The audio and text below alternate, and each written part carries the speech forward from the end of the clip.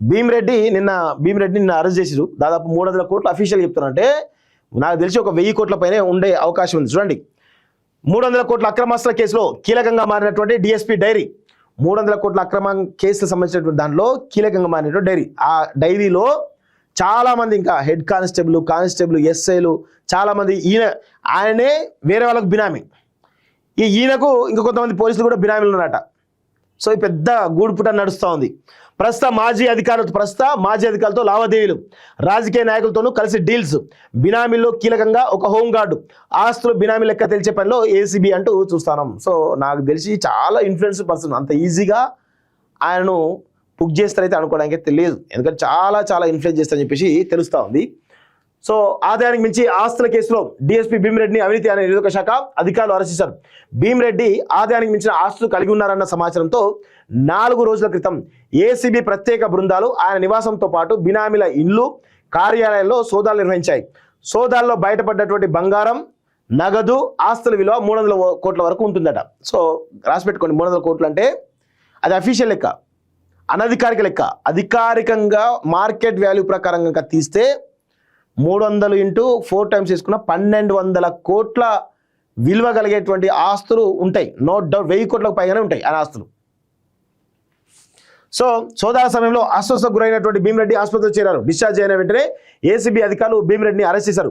ACB సోదాలు, అస్వస్థత, ఆసుపత్రి చేరిక, భీమిరెడ్డికి ఉన్నటువంటి నెట్వర్క్ నేపథ్యంలో ఆయన అరెస్ట్పై రకరకాల ఊహాగానాలు చెలరేగాయి. ఎట్టకేలకు ఏసీబీ అధికారులు అతన్ని అరెస్ట్ చేశారని చెప్పేసి తెలుస్తూ ఉంది.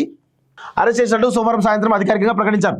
బినామీలు, ఆస్తుల గుట్టు రాబట్టేందుకు కస్టడీకి తీసుకొని విచారించేందుకు ఏసీబీ అధికారులు రంగం సిద్ధం చేస్తున్నారు. పోలీస్ శాఖలో కానిస్టేబుల్గా ఉద్యోగ ప్రస్తుతం ప్రారంభించినటువంటి డిఎస్పీ స్థాయికి చేరుకున్నటువంటి భీమిరెడ్డి సర్వీస్ మొత్తం కూడా కీలక స్థానాల్లోనే కొనసాగారు.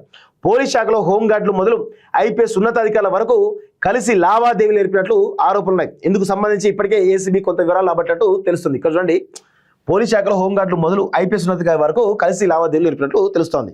సో భీమిరెడ్డి అరెస్ట్ అయ్యాడు. ఇప్పుడు ఐపీఎస్ల పైన చర్యలు తీసుకునే దమ్ముందా?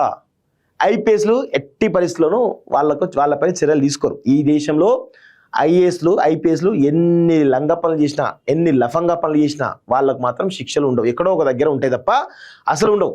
ఈ దేశంలో సగం బడ్జెట్ వాళ్ళ అవినీతే ఉంటుంది. ఈ దేశంలో ఒక ఫర్ సపోజ్ ఒక 1000 కోట్ల అవినీతి జరిగింది అనుకోండి, దానిలో మెజారిటీగా 750 కోట్ల 75% అంతా కూడా బ్యూరోక్రాట్సే అవినీతి చేస్తారు. రాజకీయ నాయకులు చేసేది కేవలం 10-20% మాత్రమే, మిగతా అంతా చేసేందులో వాళ్ళే. సో బినామీ ఆస్తులు ఎక్కువగా ఉన్నటువంటి రెడ్డి సామాజిక వర్గానికి చెందినటువంటి హోంగార్డు పేరు మీద ఉన్నట్టు తెలిసింది. సోదాల సమయంలో బయటపడ్డ నోట్ల కట్టలు, ఆభరణాల గుట్టలతో పాటు ఓ డైరీని ఏసీబీ అధికారులు స్వాధీనం చేసుకున్నారు. ఆ డైరీలో ఆస్తులు, కుటుంబ సభ్యులకు పంపకాల వివరాలతో పాటు పోలీస్ శాఖలో ఉన్నతాధికారులు తాను నేర్పినటువంటి లావాదేవీలకు సంబంధించినటువంటి కొంత సమాచారం పొందుపరిచినట్టు తెలిసిందట. సో డైరీలో ఆస్తులు, కుటుంబ సభ్యులకు పంపకాల వివరాలతో పాటు పోలీస్ శాఖలో ఉన్నతాధికారులతో తాను నేర్పిన లావాదేవీలకు సంబంధించినటువంటి కొంత సమాచారం పొందుపరిచినట్టు తెలిసింది. డైరీలో ఉన్న సమాచారం ఆధారంగా ఏసీబీ అధికారులు మొత్తం వివరాలు ఆరా తీసే పనిలో ఉన్నారు. సో సీనియర్ అధికారులు ప్రస్తుతం సర్వీస్లో ఉన్న వారితో పాటు పదవి విరమణ చేసిన ఒకరిద్దరు ఉన్నట్లు ప్రచారం జరుగుతుంది. పోలీస్ శాఖలోనే కాకుండా కొందరు రాజకీయ నాయకులతో కలిసి భీమిరెడ్డి ఎక్కువగా సివిల్ వ్యవహారాలు చక్కబెట్టారు. వారందరిపైన ఏసీబీ దృష్టి సారించింది. స్వాధీనం చేసుకున్నటువంటి సెల్ ఫోన్, ల్యాప్టాప్ను సాంకేతికంగా పరిశీలించిన అనంతరం భీమిరెడ్డితో అంటగాగిన కాకి ఇద్దరు ముఖ్యులకు నోటీసులు జారీ చేసి విచారించేందుకు ఏసీబీ సిద్ధమవుతుందట. కర్ణాటక భూములపైన కూడా నజర్ అంటూ చూస్తున్నాం. ఇంకా చాలా ఉన్నాయి. అవన్నీ బయటకు వస్తే ఇంకా పెద్ద నెట్వర్క్ బయటకు వచ్చే అవకాశం అయితే కనబడతా ఉంది. చూద్దాం, కొన్ని రోజులు అయితే దానిపైన క్లారిటీ వచ్చే అవకాశం అయితే ఉంది.